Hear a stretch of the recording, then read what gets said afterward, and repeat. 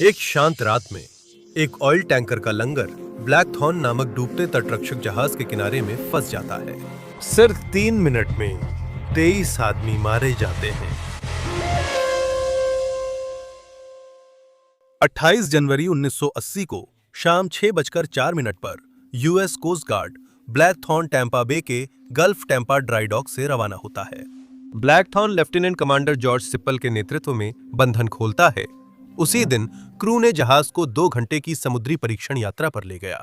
मुख्य जनरेटर में उन्हें समस्या थी। जनरेटर ठीक हो चुका है। अब सिप्पल देखना चाहते हैं कि जहाज कैसे चलता है। जहाज के रवाना होते ही सूरज ढल जाता है और सर्दियों की रात शुरू हो जाती है। अंधेरा है, पर रात शांत और सुखद है। आसमान साफ और दृश्यता अच्छी है। जहाज गैल्वेस्टन टेक्सास जा रहा है, जहां वो 3 महीने मरम्मत और नए उपकरण जोड़ने के लिए यार्ड में था। 6 अधिकारी और 44 क्रू सदस्य जहाज पर सवार हैं।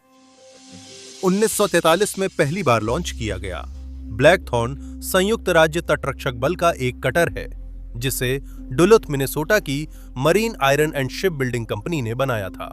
ये जहाज 55 मीटर लंबा है। इसकी चौड़ाई 11 मीटर और ड्राफ्ट 4 मीटर है। इसमें आधुनिक रडार और संचार उपकरण लगे हुए हैं। ब्लैक थॉर्न जैसे जहाजों को बुआई टेंडर भी कहा जाता है और ब्लैक थॉर्न को मूल रूप से नेविगेशन बुआई, डे बीकन और रेडियो बीकन की सेवा के लिए बनाया गया था। अधिकांश बुआई टेंडर की तरह ब्लैक थॉर्न का अन्य कार्यों में भी उपयोग हुआ है।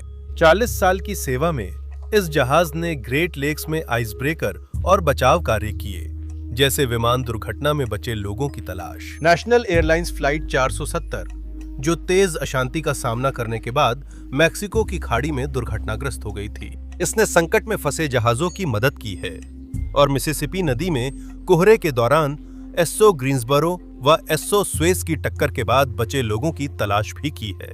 जैसे ही जहाज टैंपा बे के उत्तरी हिस्से के स्पार्कमैन चैनल में जाता है, क्रू शायद समुद्र में लौटने को लेकर उत्साहित होंगे।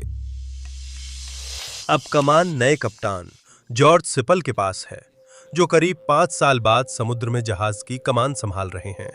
सिपल कोस्ट गार्ड के साथ किनारे पर तैनात थे और अब आखिरकार वो फिर से पानी पर लौट आए हैं। सिपल ने लंबा ब्रेक लिया है, लेकिन वो एक अनुभवी नाविक हैं। किनारे की तैनाती से पहले उनका समुद्री अनुभव कोस्ट गार्ड पेट्रोल बोट के चीफ ऑफिसर के रूप में 16 महीने, एक जहाज के कार्यकारी अधिकारी के रूप में 25 महीने और 2 अन्य कोस्ट गार्ड जहाजों पर 16 महीने शामिल है। 5 साल समुद्र से दूर रहने पर भी सिप्पल को जहाज की कमान से पहले सिर्फ रूल्स ऑफ द रोड का रिफ्रेशर कोर्स करना जरूरी है। ब्लैक थॉर्न के 7 चालक दल के सदस्य कोस्ट गार्ड में नए हैं और यह उनकी पहली समुद्री तैनाती है। अनुभवी चालक दल भी ब्लैक थॉर्न के नवीनीकरण के दौरान किनारे पर रहे हैं। पहली 3 महीने की यात्रा के लिए ब्लैक थॉर्न का चालक दल संशोधित शिफ्ट पर काम करेगा और ब्रिज वॉच व इंजन रूम में अतिरिक्त कर्मचारी तैनात रहेंगे। आपातकाल की स्थिति में 4 लोग फोरकासल पर तैयार हैं ताकि एंकर छोड़े जा सकें और आफ्टर स्टीयरिंग भी तैनात है। आफ्टर स्टीयरिंग डेक के नीचे एक द्वितीयक स्टीयरिंग तंत्र है। ब्रिज पर नेविगेशन टीम के 3 अधिकारी जहाज की स्थिति देख रहे हैं, रडार संभाल रहे हैं और दिशा निर्देश ले रहे हैं। स्पार्कमैन चैनल से नीचे जाते हुए सेपल सडन चैनल में दाईं ओर रूसी यात्री जहाज कजाकिस्तान देखता है। कोस्ट गार्ड रिपोर्ट के मुताबिक कजाकिस्तान अभी चला है और ब्लैक थॉर्न की दिशा में दक्षिण की ओर बढ़ रहा है। ब्लैक थॉर्न 12 नॉट्स की रफ्तार से कजाकिस्तान पार कर रहा है। ब्लैक थॉर्न रूसी जहाज के आगे कड्डी चैनल में मुड़ता है। ब्लैक थॉर्न के पिंडोला पॉइंट पार करने और जहाज की सामान्य प्रतिक्रिया से संतुष्ट होने के बाद लेफ्टिनेंट कमांडर सेप्पल, कार्यकारी अधिकारी लेफ्टिनेंट डेविड क्रॉफर्ड को जहाज की कमान संभालने का आदेश देते हैं। लेफ्टिनेंट क्रॉफर्ड कमान संभालते हैं और सेप्पल इंजन रूम में जाकर इंजीनियर अधिकारी के साथ इंजन की जांच करते हैं। जहाज के चलते नेविगेशन टीम समय समय पर स्थिति तय कर कमान अधिकारी को बताती है। लगातार जहाज की स्थिति निर्धारित करने के लिए कोई नियुक्त नहीं है। सिर्फ ब्लैक थॉर्न पर कोहरे में नेविगेशन के दौरान ऐसा होता है। कमांडिंग ऑफिसर मुख्य रूप से दृश्य अनुमान के सहारे नेविगेशन कर रहे हैं। नेविगेशन टीम नए कोर्स पर मुड़ने के समय की सिफारिश करती है। लेकिन चार्ट पर ना तो डेड रेकनिंग और ना ही टर्न बेयरिंग अंकित की जा रही हैं। ये पानी अधिकारियों और क्रू के लिए परिचित हैं। टैंपा बे को कट्स नामक शिपिंग चैनलों में व्यवस्थित किया गया है और कमांडिंग ऑफिसर एक कट से दूसरे कट तक नजर से नेविगेट कर रहे हैं। कट्स के अंदर चैनल्स की गहराई 13 मीटर तक है और कट्स के बाहर गहराई घटकर सिर्फ 4 मीटर रह जाती है, जो लगभग ब्लैकथॉर्न के ड्राफ्ट के बराबर है। लेफ्टिनेंट क्रॉफर्ड जहाज के चैनल में स्थिति जांचने के लिए लैंडमार्क्स का उपयोग करते हैं। जब ब्लैकथॉर्न अपनी बाहर की यात्रा शुरू करता है, उसी समय टैंपा बे के ठीक बाहर एसएस कैप्रिकॉन लंगर उठाने और बे में प्रवेश करने की तैयारी कर रहा है। कैप्रिकॉन एक ऑयल टैंकर है जिसकी उम्र लगभग ब्लैकथॉर्न के बराबर ही है। 1961 में कैप्रिकॉन को एक नया मध्यभाग जोड़कर बड़ा किया गया था। ये एक बड़ा टैंकर है जिसकी लंबाई 184 मीटर, चौड़ाई 23 मीटर और ड्राफ्ट 10 मीटर है। जहाज का ब्रिज पीछे की ओर है और इसमें एक ऊंचा फोरकासल डेक है। इसमें 2 खुले विंग्स हैं जो पूरे जहाज की चौड़ाई तक फैले हैं और ब्रिज क्रू के पास आधुनिक नेविगेशन उपकरण हैं। कैप्रिकॉन सुबह 10:27 बजे से एगमॉन्ट की के बाहर फेयरवे एंकरेज में लंगर डाले हुए है। 4 दिन की यात्रा के बाद जो सेंट क्रोइक्स वर्जिन आइलैंड से शुरू हुई थी। जहाज को खाड़ी में ले जाने के लिए एक पायलट की जरूरत है और वे पायलट के इंतजार में लंगर डाले हुए अपनी बारी का इंतजार कर रहे हैं। ये ऊपरी टैंपा बे में विडन आइलैंड स्टेशन पर Florida power and light company के लिए जा रहा है, जिसमें 1,51,000 बैरल से अधिक तेल के बराबर माल है। 18:46 बजे एसएस कैप्रिकॉर्न लंगर उठाकर 12 नॉट की रफ्तार से एगमॉन्ट चैनल में जाता है। कैप्टन जॉर्ज मैक्शे जहाज के मास्टर हैं और उनके साथ 9 लाइसेंस प्राप्त अधिकारी, 23 बिना लाइसेंस वाले मर्चेंट सीमैन और एक अतिरिक्त व्यक्ति है जो क्रू का हिस्सा नहीं है। जहाज के लंगर उठाने के बाद पोर्ट साइड के सामने पोर्ट लंगर को तैयार रखा जाता है ताकि जरूरत पड़ने पर जहाज की गति को जल्दी से रोका जा सके। 6 टन का लंगर जहाज के किनारे लटका हुआ है और ब्रेक पर सेट है। स्टारबोर्ड साइड का लंगर अपनी जगह पर लॉक किया गया है। 19:11 बजे टैंपा बे शिप्स के पायलट हैरी नाइट जहाज की नेविगेशन संभालते हैं। एक पायलट के रूप में नाइट टैंपा बे के पानी के अपने ज्ञान का उपयोग करके बड़े ऑयल टैंकर को सुरक्षित रूप से उसके गंतव्य तक ले जाएंगे। नाइट टैंपा बे के अनुभवी पायलट है जो 1000 से अधिक जहाज ला चुके हैं। नाइट ने टैंपा बे में लाए कई जहाजों को नेविगेट किया है और कैप्रिकॉर्न पर यह उनका तीसरा मौका है, इसलिए वे इसकी संचालन विशेषताओं से भली भांति परिचित हैं। कैप्टन मैक्शे के सुझाव पर वो जहाज की गति को थोड़ा बढ़ाकर लगभग 14 नॉट्स तक ले जाते हैं। शायद उन्हें लगता है कि वे स्थिति को नियंत्रित कर रहे हैं। जब वह कैप्रिकॉर्न को एगमॉन्ट चैनल में लाते हैं, नाइट अपने हैंडहेल्ड रेडियो का उपयोग करके चैनल 13 पर एक खुली सिक्योरेट कॉल करते हैं ताकि क्षेत्र में सभी जहाजों को कैप्रिकॉर्न की उपस्थिति की सूचना दी जा सके। ब्लैकथॉर्न पर वापस जब वह टैंपा बे के हिल्सबोरो बे क्षेत्र से दक्षिण की ओर यात्रा कर रहा था, तो वह एक टग पैड 20 से मिलता है और उसे पार करता है, जो एक लदी हुई बार्ज को उत्तर की ओर कटई चैनल में धकेल रहा है। दोनों जहाज चैनल 13 पर एक दूसरे से संपर्क करते हैं और बाईं ओर से एक दूसरे को पार करने की व्यवस्था करते हैं। यह योजना के अनुसार होता है, लेकिन ब्लैकथॉर्न साइड में नहीं हटता जब जहाज पास आते हैं। इसके बजाय यह चैनल के केंद्र के पास अपनी स्थिति बनाए रखता है, जिससे पैट बी को दाईं ओर हटने के लिए मजबूर होना पड़ता है। वे एक दूसरे के बीच में 12 मीटर से भी कम दूरी के साथ गुजरते हैं, जो टांपा की संकरी कटिंग्स के लिए असामान्य नहीं है। इसके बाद रूसी जहाज कजाकिस्तान ब्लैकथॉर्न के पास आता है। इसके रवाना होते ही गति बढ़ गई थी। वो पास आते ही पायलट गैरी मैडॉक्स कजाकिस्तान से ब्लैकथॉर्न से संपर्क कर पासिंग की व्यवस्था करना चाहता है। वो रेडियो पर कॉल करता है, लेकिन जवाब नहीं मिलता और उसे कजाकिस्तान की गति कम करनी पड़ती है ताकि बहुत पास न जाए। आखिरकार मैडॉक्स चैनल 13 पर ब्लैकथॉर्न से संपर्क कर जहाज से रास्ता देने को कहता है। उसकी अनुरोध मान ली जाती है और चमकदार रोशनी वाला कजाकिस्तान कट डी-सी से निकल जाता है। इसके बाद ब्लैकथॉर्न कट सी के चैनल में लौटता है। लेफ्टिनेंट क्रॉफर्ड ब्रिज पर मौजूद कमांडर सेप्पल से पूछते हैं कि क्या वे जहाज की कमान ले सकते हैं। सेप्पल, जो कमांडिंग ऑफिसर हैं, खुद जहाज की कमान संभालने के बजाय डेक ऑफिसर एनसिन जॉन रायान को कमान संभालने का निर्देश देते हैं। एनसिन रायान कोस्ट गार्ड के नए भर्ती हुए सदस्यों में से एक हैं। उन्हें पिछले साल सितंबर 1969 में underway officer of the deck के रूप में प्रमाणित किया गया था। यह उनकी समुद्र में पहली तैनाती है। 1955 के थोड़े समय बाद ब्लैकथॉर्न कट इस चैनल में मुड़ता है, जिसमें एनसिन रायान कमान संभाले हुए हैं। रात 8 बजे कैप्रिकॉर्न एगमॉन्ट को पार करता है, जहां एगमॉन्ट का लाइट हाउस दाहिनी बगल में पड़ता है और फिर मुल्लेट चैनल की ओर बढ़ता है। पायलट नाइट अपने आगे कजाकिस्तान को बाहर आते देखते हैं। ये सनशाइन स्काईवे ब्रिज के पूर्व में 7 या 8 मील दूर कट बी चैनल के आसपास है। उसी समय उन्हें ओशन स्टार नामक एक तट से रेडियो कॉल भी मिलता है, जो मुल्लेट की चैनल में कैप्रिकॉर्न की ओर एक लदी हुई बार्ज को धकेल रहा है। कैप्रिकॉर्न मुल्लेट चैनल में प्रवेश करता है और नाइट जहाज को बीच में रखता है। कैप्रिकॉर्न के ब्रिज पर पायलट नाइट और कप्तान मैक्शे के साथ तीसरे सहायक और हेंसमैन भी हैं, जो अपनी रात 8 बजे से 12 बजे तक की ड्यूटी शुरू कर रहे हैं। कप्तान मैक्शे और तीसरे सहायक रडार की नियमित जांच करते हैं। ब्लैकथॉर्न की तरह कैप्रिकॉर्न की स्थिति भी नेविगेशन चार्ट पर दर्ज नहीं हो रही है। नेविगेशन मुख्य रूप से नाविक की अनुभवी नजर के भरोसे हो रहा है।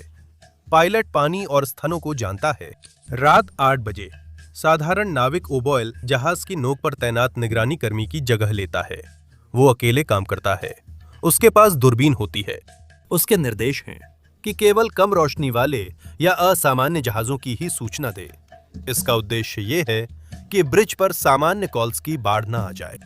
पिछले अग्र प्रहरी की जगह लेते समय उसे बताया जाता है कि बाईं ओर लंगर छोड़ने को तैयार है। कैप्रिकॉर्न मुल्लेट की चैनल में टगबॉट ओशन स्टार से मिलता है। वे एक दूसरे को पार करते हैं और जल्द ही नाइट कजाकिस्तान को बाहर आते देखता है। कजाकिस्तान सनशाइन स्काईवे ब्रिज के नीचे से गुजर चुका है और 14 नॉट से अधिक की रफ्तार से चल रहा है। नाइट देखता है कि कजाकिस्तान कटे से मुल्लेट की चैनल में मुड़ रहा है। जैसे ही जहाज पास आते हैं, दोनों पायलटों में रेडियो संचार होता है। वे सहमत होते हैं कि वे पोर्ट से पोर्ट पास करेंगे। दोनों पायलट एक दूसरे के पास आते हुए अपनी चर्चा जारी रखने के लिए रेडियो चैनल 77 पर स्विच करते हैं। दोनों जहाज करीब 15 मीटर की दूरी पर गुजरते हैं और कजाकिस्तान पर मैडॉक्स नाइट उनसे तंग करने के लिए माफी मांगते हैं। पास होने के बाद नाइट चैनल 77 पर मैडॉक्स से बात करते हुए पोर्ट ब्रिज विंग छोड़कर स्टारबोर्ड ब्रिज विंग पर जाकर मुल्लेट की रेंज लाइट्स देखते हैं। रेंज लाइट 2 लाइट्स का एक सेट होती है, जो एक दूसरे से दूरी पर लगाई जाती हैं। चैनल में जहाज चलाते समय पायलट दोनों लाइट्स को एक सीध में लाकर सुनिश्चित करते हैं कि जहाज बीच में है। अगर लाइट सीध में नहीं तो जहाज भी चैनल से सीधा नहीं है। कैप्टन मैक्शे नाइट के साथ पायलट हाउस जाकर रडार पर रुकते हैं। अब नाइट ब्लैकथॉर्न के सफेद मस्तहिड रेंज लाइट्स और हरे साइड लाइट्स को देखता है, क्योंकि वो कजाकिस्तान के उसी रास्ते पर बाहर की ओर आ रहा है। यह सनशाइन स्काईवे ब्रिज के पूर्व में कटे चैनल की शुरुआत के पास है। कैप्टन मैक्शे कैप्रिकॉर्न पर रडार चेक कर रहे थे और अब ब्लैकथॉर्न को देख रहे हैं। वो लुकआउट ओबॉयल ब्लैकथॉर्न को देखता है, जो अच्छी तरह रोशन है और सामान्य लगता है, इसलिए वह रिपोर्ट नहीं करता। पायलट नाइट अपने हैंडहेल्ड रेडियो को चैनल 13 पर स्विच कर ब्लैकथॉर्न से संपर्क की कोशिश करते हैं। उसे कोई जवाब नहीं मिलता। ऐसा लगता है कि ब्लैकथॉर्न से रेडियो पर संपर्क करना मुश्किल है। कैप्रिकॉर्न ब्लैकथॉर्न से संपर्क करने में मुश्किल झेलने वाला दूसरा जहाज है। नाइट पायलट हाउस लौटता है। जहाज की केंद्र रेखा के बाईं ओर खड़ा होकर सामने से आ रहे जहाज की दिशा देखता है। वो फिर से कॉल करने की कोशिश करता है, लेकिन फिर भी उसे कोई जवाब नहीं मिलता। नाइट को कैप्रिकॉर्न को चैनल में रखना होता है, क्योंकि उसका ड्राफ्ट गहरा है और वह कट्स के पास अपने टर्निंग पॉइंट के करीब है। वह तय करता है कि कैप्रिकॉर्न की दिशा या गति नहीं बदलेगा। रेडियो ही जहाजों के बीच संपर्क का एकमात्र तरीका नहीं है। कैप्टन या इस मामले में कैप्रिकॉर्न के पायलट हॉर्न बजा सकते हैं। एक छोटा हॉर्न बजाना बताता है कि वे पोर्ट टू पोर्ट पासिंग का प्रस्ताव कर रहे हैं, जो चैनल में सामान्य तरीका है। लेकिन नाइट हॉर्न नहीं बजाते। कोस्ट गार्ड की रिपोर्ट में बताया गया कि वे दूसरी नाव के विकल्प सीमित नहीं करना चाहते थे। इस बिंदु पर स्पष्ट नहीं है कि ब्लैकथॉर्न सनशाइन स्काईवे ब्रिज के नीचे से गुजरने के बाद किस दिशा में जाएगी। ब्रिज के नीचे से गुजरने के बाद ब्लैकथॉर्न बाईं ओर मुड़कर इंट्राकोस्टल वाटरवे में जा सकती है, जो लगभग 6 मीटर गहरा दक्षिण की ओर जाने वाला जलमार्ग है। छोटी ब्लैकथॉर्न के लिए यह पानी काफी है। अगर जहाज उस रास्ते जाए तो वह कैप्रिकॉर्न के पास चैनल पार करेगा। अगर ऐसा नहीं होता तो वह कटे से मुलेट चैनल में मुड़ेगा और कैप्रिकॉर्न के पास पारंपरिक पोर्ट टू पोर्ट तरीके से गुजरेगा। इसी दौरान ब्लैकथॉर्न लाइट बॉय एकेओ पार करता दिखता है। कोस्ट गार्ड रिपोर्ट के अनुसार पायलट नाइट यह निर्णय लेते हैं कि ब्लैकथॉर्न कैप्रिकॉर्न के सामने से पार करेगा और इंट्राकोस्टल वाटरवे में चला जाएगा। एक विवरण के अनुसार जब नाइट पहले सामने आ रहे जहाज की दिशा देख रहे थे तो वो ठीक स्टारबोर्ड बो के पास था। ये बताता है कि वो इंट्राकोस्टल वाटरवे की ओर जा रहा है, यानी जब ब्लैकथॉर्न चैनल से बाहर जाएगा तब जहाज स्टारबोर्ड टू स्टारबोर्ड पास करेंगे। कैप्टन मैक्शे भी स्थिति के विकास को देख रहे थे। वो रेडियो संपर्क की कमी को लेकर चिंतित हैं और स्थिति का मूल्यांकन भी कर रहे हैं। वो रडार छोड़कर नाइट के पास जाते हैं और पूछते हैं, ये आदमी क्या साबित करना चाहता है? पायलट नाइट उन टिप्पणियों का जवाब नहीं देते या नहीं बताते कि उन्हें लगता है कि जहाज इंट्राकोस्टल वाटरवे में जा सकता है। कैप्रिकॉर्न का धनुष लाइट बॉय 2A के पास आ रहा है। कैप्रिकॉर्न को जल्द ही कटे चैनल की ओर मुड़ना होगा, वरना वे दक्षिण पूर्वी किनारे पर फंस सकते हैं। पायलट नाइट को लगता है कि अब पोर्ट टू पोर्ट पासिंग का कोई मौका नहीं है, इसलिए वो रडर को 10 डिग्री बाईं ओर करता है और 2 छोटे सीटी के संकेत देता है।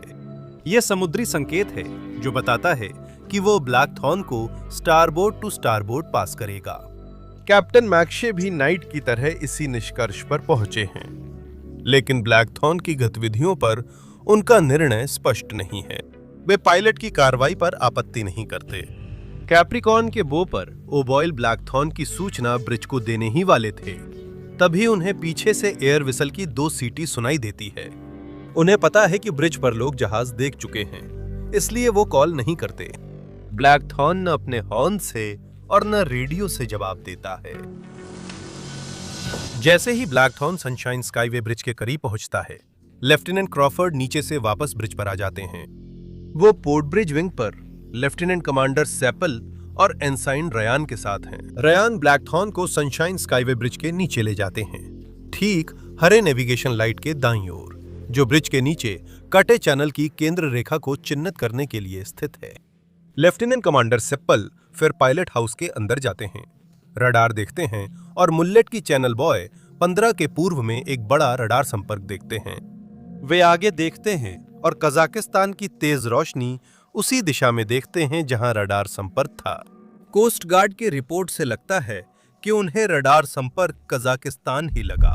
संभवतः ये सोचकर कि चिंता नहीं है, वह रडार देखना छोड़ चार्ट टेबल पर जाकर नक्शा देखते हैं और एगमोंट की के पास ट्रैक लाइन याद करते हैं। ब्लैकथॉर्न के सनशाइन स्काईवे ब्रिज पार करते ही लेफ्टिनेंट क्रॉफर्ड कैप्रिकॉर्न को देख लेते हैं।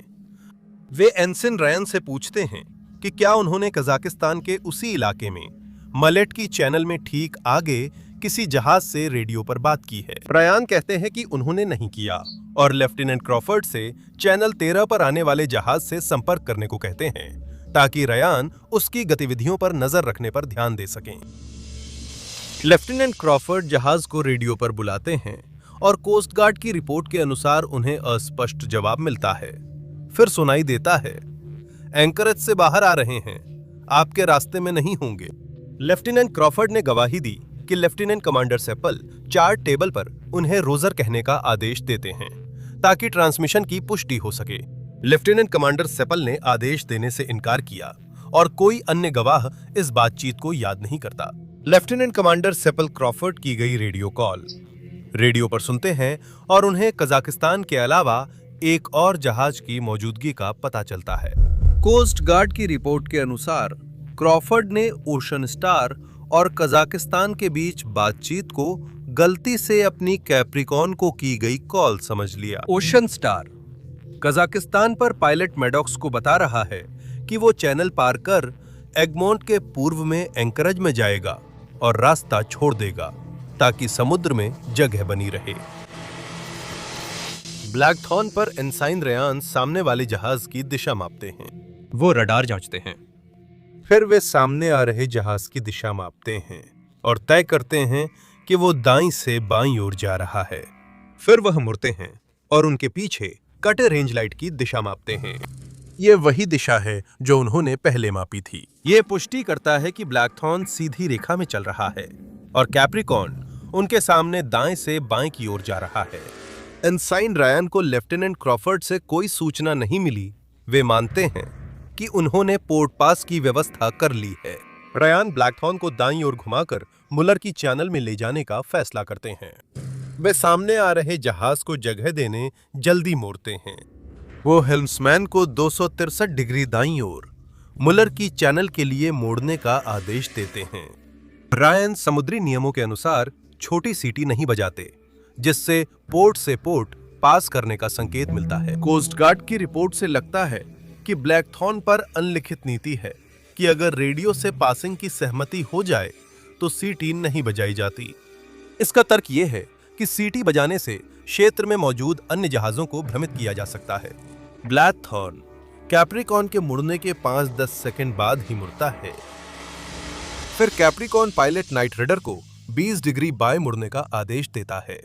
कैप्रिकॉर्न पहले ही मुड़ चुका है, इसलिए 20 डिग्री का मोड़ शायद दोनों जहाजों में दूरी बढ़ाने के लिए है। हमें नहीं पता नाइट को पता है या नहीं कि जहाज टकराव की राह पर है, लेकिन कैप्रिकॉर्न के कप्तान मैक्शे सामने वाले जहाज की लाइट्स को सीध में आते देख रहे हैं। कुछ खास लंबाई के जहाजों पर 2 सफेद लाइट्स होती हैं, एक आगे नीचे और दूसरी पीछे ऊपर। अगर लाइट्स एक सीध में आ जाएं, ताकि आप एक को दूसरी के ऊपर देख सकें, तो इसका मतलब है कि जहाज सीधा आपकी ओर आ रहा है, क्योंकि वे एक सीधी लाइन बना लेते हैं। अब नाइट जहाज को तेजी से बाईं ओर मुड़ने का आदेश देते हैं, शायद टक्कर से बचने के लिए। जब महसूस होता है कि टकराव तय है, वे खतरे का सिग्नल बजाते हैं। कैप्रिकॉर्न के chief engineer starboard deck house का दरवाजा खोलते हैं ताकि बाहर हवा ले सकें। जैसे ही वे बाहर आते हैं, कैप्रिकॉर्न का खतरे का सिग्नल सुनाई देता है और वे देखते हैं कि ब्लैकथॉर्न उनकी जहाज से टकराने वाली है। वो इंजन रूम में जाकर पहले असिस्टेंट इंजीनियर से कहते हैं कि तुरंत सभी घंटियों का जवाब दें। इसका अर्थ है कि इंजन रूम आदेश लेने और तुरंत कार्रवाई के लिए तैयार रहना चाहिए। ब्लैकथॉर्न दिशा बदलते ही lieutenant commander Sippel port bridge wing पर आते हैं और पहली बार सामने कैप्रिकॉर्न को देखकर चिल्लाते हैं, ये साला कहां से आ गया? वो सामने से आ रहे जहाज की सीटी की आवाजें सुनते हैं और रायन को चिल्लाकर कहते हैं, राइट, फुल रडर। दोनों जहाज एक दूसरे की ओर मुड़ रहे हैं। कोई भी टक्कर नहीं रोक सकता। सेपल चिल्लाते हैं, टक्कर के लिए तैयार हो जाओ। वे कंट्रोल्स पर जाकर जहाज को टक्कर से पहले धीमा करने के लिए इंजन पूरी तरह पीछे कर देते हैं। कैप्रिकॉर्न और ब्लैकथॉर्न का टकराव 20-21 पर होता है, पोर्ट बो से पोर्ट बो, लगभग सीधे आमने सामने। कैप्रिकॉर्न के खतरे का संकेत बजाने के 5 से 15 सेकंड बाद ब्लैकथॉर्न के एंकर डिटेल के सभी कर्मी एक को छोड़कर बो से कूदकर बॉय डेक पर जाते हैं। Seaman Michael Rhodes radio headset पर काम करते हुए समय पर हेडसेट नहीं निकाल पाते और बो पर फंस जाते हैं। एक जबरदस्त टक्कर होती है और ब्लैकथॉर्न तुरंत लगभग 15 डिग्री के स्टारबोर्ड झुकाव में चला जाता है। फिर वह पोर्ट की ओर झुककर करीब 5 डिग्री पर स्थिर हो जाता है। कैप्रिकॉर्न तुरंत इंजन बंद कर देता है। दोनों जहाज एक दूसरे के साथ घिसते हुए आगे बढ़ते रहते हैं और जैसे ही वे ऐसा करते हैं, कैप्रिकॉर्न का पोर्ट एंकर जो गिराने के लिए तैयार है, ब्लैकथॉर्न के किनारे से रगड़ता है। ये ब्लैकथॉर्न का ढांचा चीरकर जहाज में बड़ा छेद कर देता है। एंकर चेन के ब्रेक फेल हो जाते हैं क्योंकि ब्लैकथॉर्न का वजन उसे खींचता है। आखिरकार एंकर ब्लैकथॉर्न के शावर लॉकर में फंस जाता है। फिर कैप्रिकॉर्न को सनशाइन स्काईवे ब्रिज से टकराने से बचने के लिए कार्रवाई करनी पड़ती है। नाइट या मैक्शे इंजन पीछे कर रडर बाईं ओर रखते हैं और कट ए की ओर जहाज को जमीन पर चढ़ाने की कोशिश करते हैं। जहाज बाईं ओर घूमता है, रफ्तार घटती है, पर अब एंकर के साथ ब्लैकथॉर्न को पीछे खींच रहा है। ये ब्लैकथॉर्न को खींच रहा है, पर एंकर चेन लगातार निकल रही है। कैप्रिकॉर्न के बो पर वो बॉयल देखते हैं कि चेन बाहर निकल रही है, जब तक कि जंग लगी धूल उनकी नजर को धुंधला नहीं कर देती। ये स्थिति ब्लैकथॉर्न के क्रू, खासकर नए सदस्यों के लिए चौंकाने वाली होनी चाहिए। न केवल जहाज एक बहुत बड़े टैंकर से टकरा गया है, बल्कि वह झुक भी गया है और बेकाबू होकर पीछे की ओर खिंचता जा रहा है। करीब 20 ड्यूटी से बाहर क्रू मेस डेक पर इकट्ठा होते हैं, जो आमतौर पर डैमेज कंट्रोल पार्टी के इकट्ठा होने की सामान्य जगह है। वे निर्देशों का इंतजार करते हैं। डॉक से रवाना होने के 2 घंटे बाद ऐसी स्थिति की कोई उम्मीद नहीं थी। आफ्टर स्टीयरिंग कंपार्टमेंट में मौजूद तीनों आदमी डेक पर भागते हैं और अपने पीछे हैच को बंद कर देते हैं। मेस डेक पर मौजूद क्रू घबराए और उलझन में हैं। कुछ नए भर्ती हुए सदस्य जो अपनी पहली कोस्ट गार्ड ड्यूटी पर हैं, सदमे में जर हो जाते हैं। वे शायद समुद्र में होने वाली घटनाओं से अनजान हैं। खतरनाक स्थिति की तो बात ही छोड़िए। कुछ लोग मेसडेक के पास दाहिनी ओर के गलियारे के नोटिस बोर्ड पर जाकर समुद्र में टकराव की ड्यूटी चेक करते हैं। अधिकतर क्रू को पता भी नहीं कि उन्हें कहां जाना है। बोटमैन मैट बार्टल जिम्मेदारी संभालते हुए क्रू को मेसडेक पर कंडीशन ज़ीब्रा लागू करने का आदेश देता है, जिससे सभी वाटर टाइट दरवाजे, हैच और पोर्थोल बंद करने होते हैं। वह आदेश देता है कि डैमेज कंट्रोल उपकरण लॉकर से निकालें और सभी कर्मी अपने अपने स्टेशनों पर रिपोर्ट करें। कैप्रिकॉर्न का एंकर चेन उस एंकर से जुड़ा हुआ है जो ब्लैकथॉर्न में फंसा हुआ है। जैसे ही चेन कैप्रिकॉर्न से बाहर निकलती है, जहाज अलग हो जाता है और बहकर दूर जाने लगता है। एंकर चेन बाहर निकलती रहती है और दोनों जहाजों की दूरी बढ़ती जाती है। 2 अधिकारी क्रू मेंबर ब्रूस लाफॉन्ट को पोर्ट मेन डेक के गलियारे में नग्न और घायल अवस्था में पाते हैं। वह सदमे में है और अधिकारियों को शावर में एंकर के बारे में बताने की कोशिश कर रहा है। जहाज की पतवार को चीरते हुए आए एंकर से उसे चोट लगी थी। एक अधिकारी नुकसान देखने के लिए शावर एरिया में जाता है और उसे जहाज के किनारे में फंसा हुआ कैप्रिकॉर्न का एंकर मिलता है। ब्रिज पर क्वार्टरमास्टर चैनल 16 पर रेडियो के जरिए मेडे कॉल करता है। वो टक्कर के 1 मिनट बाद 20-22 बजे group Saint Petersburg coast guard से संपर्क करता है। वे पूछते हैं नुकसान की क्या स्थिति है। क्वार्टरमास्टर जवाब देता है, स्टैंड बाय। कोई नहीं जानता क्या हो रहा है और ब्लैकथॉर्न से कोई संदेश नहीं आता। गैरी क्रुमली चार्ट रूम में ब्रिज क्रू के लिए इन्फ्लेटेबल लाइफ जैकेट्स लेने जाता है। वो कभी लौटता नहीं। ब्रिज पर लेफ्टिनेंट कमांडर सेपल ने नेविगेशन डेस्क अधिकारी से पूछा कि सबसे नजदीकी उथला या कम गहरा पानी कहां है। वे शायद जहाज डूबने से पहले उसे किनारे लगाने की योजना बना रहे हैं। सबसे नजदीकी उथला इलाका उत्तर में मुल्लेट मुला की शोल है। सेपल इंजन को पूरी रफ्तार से पीछे से रोककर बंद कर देते हैं। ब्रिज पर आगे क्या होगा ये स्पष्ट नहीं। ये क्रू के लिए बड़ा झटका है, लेकिन अगर वे वाटर टाइट दरवाजे बंद कर जहाज को उथली जगह ले जाएं, तो शायद जहाज बच सकता है। अब दोनों जहाज अलग हैं और कैप्रिकॉर्न की गति धीमी हो गई है। एंकर से जुड़ी हुई जंजीर, जो अभी भी ब्लैकथॉर्न के किनारे में फंसी हुई है, ढीली पड़ जाती है। जैसे ही दोनों जहाज अलग होते हैं, उनके बीच की दूरी पूरी तरह खुल चुकी एंकर की जंजीर को फिर से तनाव में ले आती है। ब्लैकथॉर्न अचानक बाईं ओर झुकता है। पूरा जहाज पानी में खिंचता चला जाता है। लेफ्टिनेंट कमांडर सेपल चिल्लाते हैं, जहाज छोड़ दो। जैसे ही जहाज अपनी बाईं ओर झुकता है, किसी के पास भी जहाज के घोषणा प्रणाली पर आदेश देने का समय नहीं है। जहाज के सर्विस जनरेटर बंद हो जाते हैं। पूरे जहाज में सारी लाइटें बंद हो जाती हैं और जहाज अंधेरे में डूब जाता है।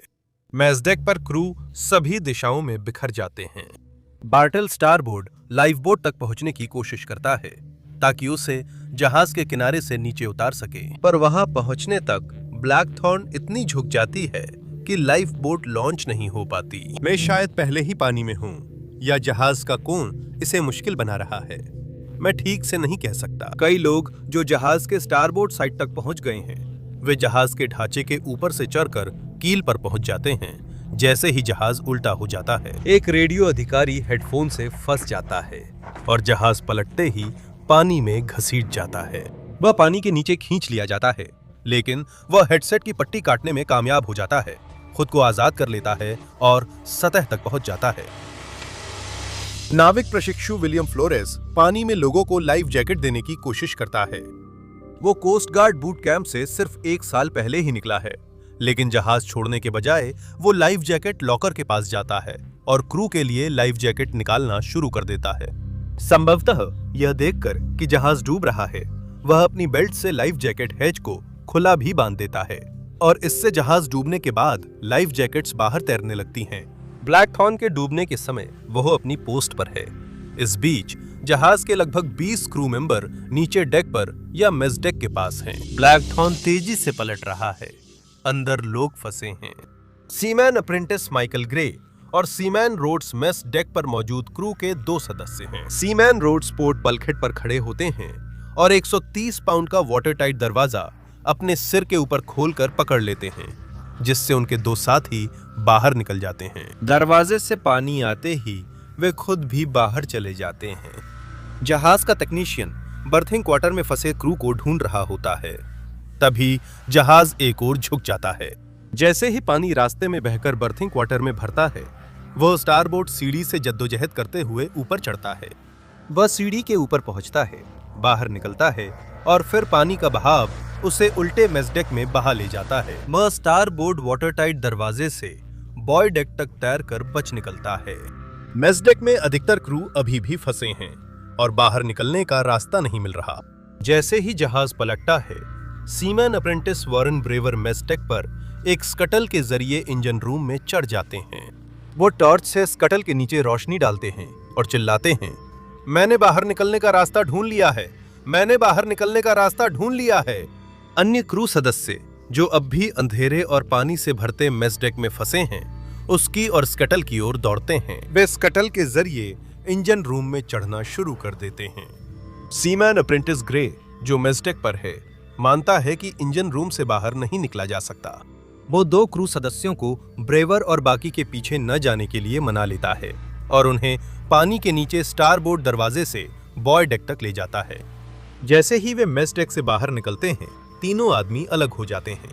ग्रे उल्टे बॉय डेक के नीचे अकेले सतह पर आता है। वो बच जाता है और सही था कि उसने उनका इंजन रूम में पीछा नहीं किया, क्योंकि वहां से बाहर निकलने का रास्ता नहीं है। वह लेफ्टिनेंट कमांडर सेप्पल को जहाज के किनारे लटके हुए बताते हैं कि क्या हुआ। रिपोर्टों से साफ नहीं है कि वो कप्तान से क्या कहता है। शायद वो बताता है कि डेक के नीचे कुछ लोग फंसे हैं। तेजी से पानी भर रहे जहाज के जल्द डूबने का खतरा समझते हुए लेफ्टिनेंट कमांडर सेप्पल ग्रे को मेस डेक पर वापस न जाने का आदेश देते हैं। वे उसे कहते हैं कि बलवर्क के नीचे डुबकी लगाकर जहाज से दूर तैरे, ताकि जहाज डूबने पर सक्शन से बच सकें। ग्रे के पीछे गए 2 आदमी नीचे से बाहर नहीं निकलते।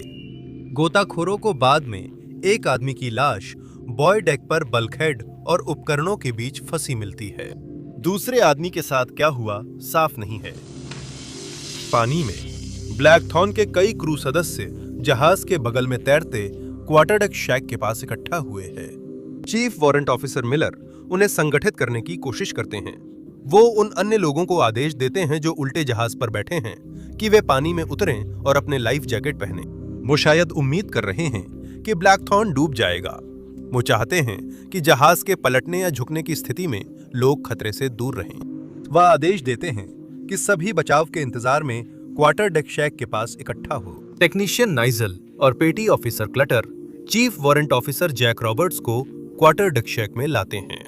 वो बेहोश है पर जिंदा है। पानी में लोग जमा होते हैं और स्थिति समझने की कोशिश करते हैं। तभी ब्लैकथॉर्न पूरी तरह पलटकर कुछ मिनटों में डूब जाती है। 23 लोग अभी भी जहाज पर हैं, जिनमें से 5 का ये समुद्र में पहला दिन है। इस बीच कैप्रिकॉर्न का आगे का हिस्सा कटे चैनल के उत्तर किनारे पर फंस गया है, जो मुलर की चैनल और कटे चैनल के जंक्शन से 730 मीटर दूर है। उसे केवल मामूली नुकसान हुआ है। कैप्रिकॉर्न का लंगर ब्लैकथॉर्न के किनारे से निकल जाता है और चैनल के तल में टिक जाता है। झींगा मछली पकड़ने वाली नाव बायू ब्लैकथॉर्न के पीछे कट से चैनल में थी। कुछ मिनटों में घटनास्थल पर पहुंचकर पानी से लोगों को बाहर निकालने लगती है। बायू जल्द ही 23 बचे लोगों को उठा लेती है। ब्लैकथॉर्न के कोस्ट गार्ड को कॉल करने और डूबने में कुछ मिनट ही लगे और ग्रुप सेंट पीटर्सबर्ग ने लगभग उसी समय लाइफ बोट भेजने का आदेश दिया। 5 अन्य छोटी कोस्ट गार्ड नावें भी भेजी जाती हैं। एक कोस्ट गार्ड बचाव पोत 20:52 बजे पहुंचता है और 4 जीवित लोगों को बचाता है। वारंट ऑफिसर रॉबर्ट्स का निर्जीव शरीर पानी से निकाला जाता है, जहां निसल, क्लटर, बार्टल और मिलर उन्हें सहारा दे रहे थे। उन्हें जहाज पर लाया जाता है। बार्टल पुनर्जीवित करने की कोशिश करते हैं, लेकिन रॉबर्ट्स मर चुके हैं। फिर बचे लोगों को बायू और कोस्ट गार्ड की नाव से मुल्लक ले जाया जाता है। उन्हें बचाव और आपातकालीन कर्मचारियों को सौंपा जाता है।